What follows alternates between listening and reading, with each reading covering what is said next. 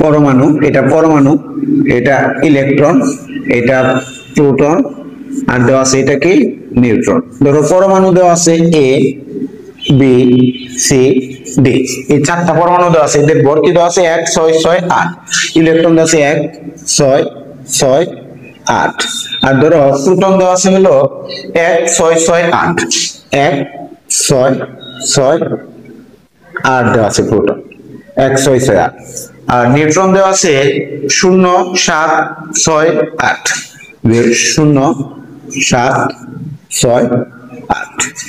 এটা থেকে তোমাকে বললো যে দ্বিমূলটির আপেক্ষিক পারমাণবিক নির্ণয় করো। এটা হচ্ছে দ্বিমূলটির আপেক্ষিক পারমাণবিক ভর নির্ণয় করো, মানে প্রকৃত ভর নির্ণয় করতে বলছে। দেওয়া আছে আমাদের উক্ত মৌলের কয়টা, আমাদের ছিল পরমাণুতে প্রোটন ছিল কয়টা 8টা, যে আমরা লিখি মৌলের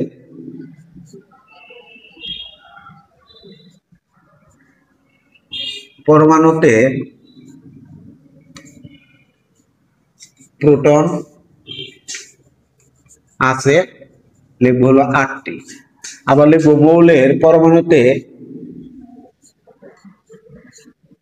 নিউট্রন আছে কয়টি 8টি। এখন বাবা তুমি তো একটা প্রোটনের ভর জানো, তাহলে 8টা প্রোটনের ভর কত হবে, 8টা নিউট্রনের ভর কত হবে, এটা আমরা নির্ণয় করব। তাহলে আমরা একবার সরাসরি যে আপেক্ষিক পরমাণুর ভর বা আপেক্ষিক পারমাণবিক ভর যদি আমরা লিখি, বা তুমি একটু বড় করে লিখতে পারো একটি পরমাণুর ভর, আমরা যদি লিখি আলাদা করে যদি বের করে নিই যে একটি পরমাণুর ভর, যে আমরা যদি লিখি যে একটি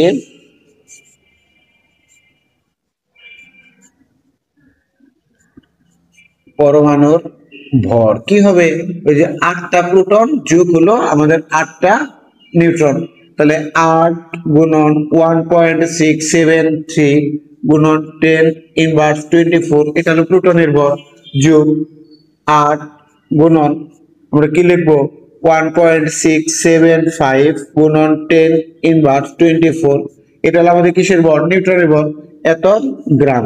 এটা যদি একজন ক্যালকুলেশন করো তো দেখো তো কত আসে, হলো 2.6784, যে 2.6784 গুণন 10 ইনভার্স কত আসে 23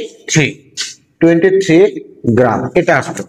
এখন এটা হলো আমাদের মৌলের একটি পরমাণুর ভর, এটাকে যদি আমি 1 এমইউ বা 1 ডাল্টন দ্বারা ভাগ করি তাহলে তো আমার আপেক্ষিক পারমাণবিক ভর বের হয়ে যাচ্ছে। তারপর তুমি কি লিখবা, অতএব আপেক্ষিক